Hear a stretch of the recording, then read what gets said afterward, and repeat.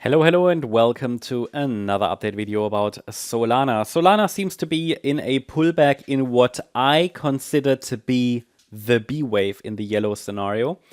So it's playing out nicely. You might remember that when we were down here and testing the support region for this wave 4, and again, the yellow scenario remains the preferred scenario. I'm talking about this wave 4. I explained to you that the move to the upside will likely be a bit of a bumpy one, because it is going to be an ABC structure in wave 5. And I think we see that right now. It is possible wave A top, but we talked about that yesterday already. A B wave support area is currently being tested on the smaller time frame. So I'm going to shift over to the smaller time frame in a minute. But then what I want to show you here is again that next a C wave should take us to round about $360 plus. This is the beginning of the larger target range. We've got some levels there located around 367, 369, 386. I think there's even one more level on there, which I'm not showing. Just too many, but it's a cluster of resistances and targets. And maybe depending on where this yellow B wave forms a low, the C wave target might also point towards that level, right? Because it's all, we can track targets. There are different ways of calculating targets, and then we can do that on different time frames and the internal structures as well. And when we find confluence, then it's typically a good sign that the next move up could take us there, right?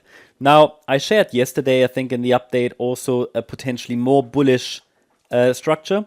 So this is seen as a diagonal, right? The beginning or the move up that happened in August from the August lows.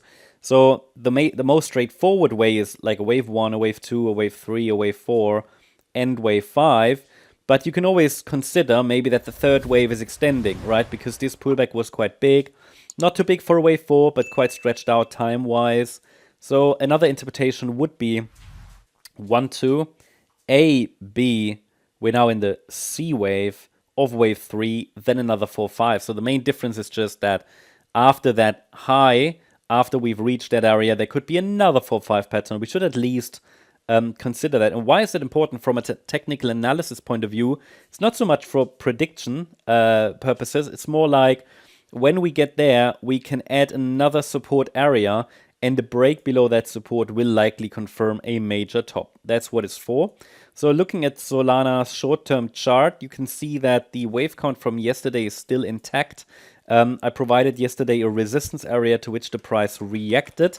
Resistance is still relevant. It's located between $260 and $287. The move up looks to me like a 3-wave move, so I consider it an A wave.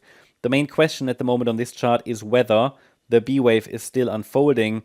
I would prefer that. It just looks more like that, right? Not that I prefer it because I really want it to be unfolding, more like it seems like the more probable scenario. There's no clear bottoming structure. And it is possible wave B bottomed already. We're moving up in the yellow count. But here on the microstructure, it looks a little bit as if this B wave pullback is still unfolding. That can take, various shapes and forms. I mean, it's even possible that circle wave B is still unfolding. We then get another move down. So we have to be a bit flexible. The main takeaway is there is micro support between $238 and $190. This is the support area from where such a C wave to the upside towards the target area should start. Whether we go a little bit lower, really, when you zoom out, is just noise. The $190 level shouldn't be broken in this B wave. There's a even smaller, let's say, ideal target range here for the white count, which is between $211 and $192. Ideally, we get there before we start to move up. But yeah, that's not absolutely needed. But the fact is that we don't have a clear bottoming structure here. So it might need a little bit more time to find a low in this B wave. And a break above the last high is needed minimally here at around $274 to suggest a low is in. That would need to be further confirmed though with a break above resistance. So at the moment the focus is on identifying possible low formations and paying attention to the resistance area. I think this looks to me as if circle wave B might want to extend a bit, but that's very subjective at this stage.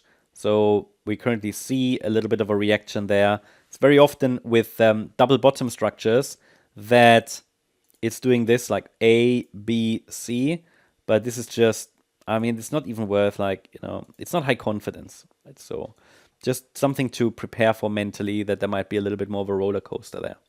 That's the update about Solana. Hope you liked the update. If you did, please hit the like button, leave a comment, and subscribe. And if you really like the content, then please check out the channel membership.